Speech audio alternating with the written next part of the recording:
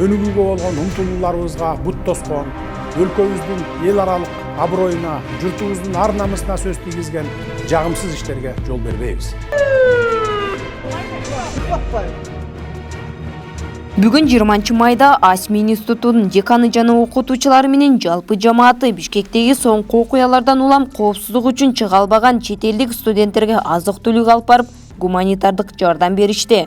Анда Кант шаарындагы жашаган чет элдик студенттерге Асми окуучайынын жалпы жамааты студенттер менен жеке жолугушуп, аларды коркпого, абал туруктуу экендигин жана алардын коопсуздугу караларын айтышты. Биз Асми Азиаттык медициналык институтунун атынан урматтуу биздин учредитель колдоосу менен жана биздин ректор, проректор, административ директорлордун колдоосу менен бүгүн бул жактагы биздин кесиптештер, кызматкерлер жана мугалимдер менен чогуу ушу акыркы биздин өлкөдөгү кайгылуу студенттерге байланыштуу окуялардан кийин тилекке каршы студенттер эшикке чыга албаган байланыштуу квартираларда жана үйлөрдө турган студенттерибизге ушу биринчи продукталар менен жардам акциясын уюштуруп жатабыз.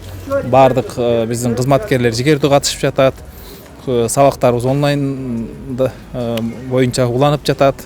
Студенттерге бүт ушул учурлардан айтып түшүндүрүү, жанагы мындан кийин мындай иштер болбойт деп коркпоосу, жана биз Кыргызстандык бүт укук коргоо органдары, коопсуздук мекемелер, тышкы иштер министри, ички иштер министри, ККМ кызматы бүт баары иштеп жатат. Жанагы бүт массалык башаламандык кылган, тентектик кылган бүт жарандарыбыз закондук түрдө бүт баары жазаларын аларын ишендирип, студенттерге коркпосун, мындан кийин дагы Кыргызстанга келип окууларын улантуусун, агитация иштерин улантып жатабыз. Студенты, Азиатский медицинский институт в лице администрации, в лице международного отдела, в лице преподавателей хочет поддержать вас. Мы привезли вам продукты питания, яйца, масло, молоко, картошку, лук, для того, чтобы поддержать вас, питание, поддержать с другой стороны, как и материальной. Если вдруг в чем-то вы нуждаетесь, нужна какая-то помощь, в любой момент можете обратиться в институт, можете обратиться к нам, преподавателям, кураторам, адвайзерам. И на данный момент в течение 2-3 этих дней администрация института и преподаватели проводили курацию в городе Кант, охраняли студентов, чтобы не было никаких нарушений. Ну и слава богу, в Канте не было.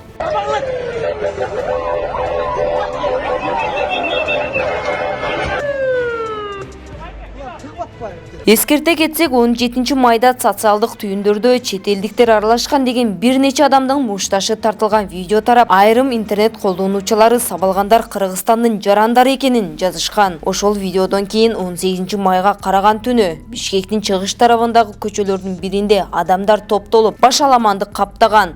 Ички иштер министрлиги түнкүсүн калаада чогулгандар 700гө жеткенин, таңга жук баары тарап кеткенин билдирген.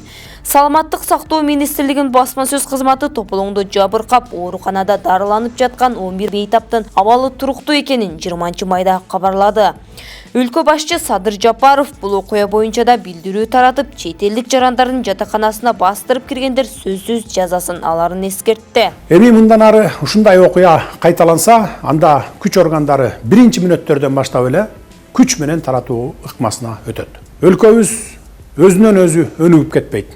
Сырткы дүйнө менен тыгыз карым-катышта болуу менен гана алдыга жылат. Дүйнөнүн кайсы гана мамлекети болбосун, алака катышта болуубуз зарыл. Дүйнө таануу үчүн чет өлкөлөргө чыгуу керек. Ал үчүн биздин жаштарыбыз өнүккөн өлкөлөрдү көрүп, ак караны ажыратып, тажрыйба топтоп, эмгек миграциясында жүрүшөт. 1 миллиондон ашуун элибиз чет өлкөлөрдө окуп, иштөө менен элек. Биздин ошол жарандар сыяктуу эле бизге дагы чет өлкөлөрдүн жарандары келип, окуп, иштеп жатышат. Биз буга кубанышыбыз керек. Мунун баары алака катыш, байланыш, тажрыйба топтоо, туризм экенин жакшы билесиздер. Алар Кыргызстандан билим алып, ошончо жерден келип, ошончо акчасын бизге калтырып, убактылуу гана жүргөнүн унутпайлы. Чет өлкөлүктөр Кыргызстандан билим берүүсүн барктап, кызыгып келип, акысын төлөп окуп жатканын, бизде иштеген чет элдиктердин кызмат көрсөтүүсүнөн ушул эле биздин кыргызстандыктар пайда көрүп жатканын баарыбыз туура түшүнүшүбүз керек.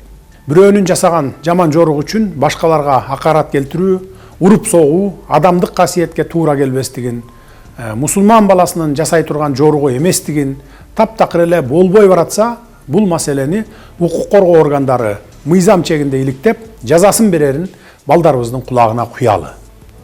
Жаштыкка алдырып, сүрмө топтун арасына кошулуп калып, тагдырына балта чабылып калбашына ата-энелер сиздер да кам көрүңүздөр.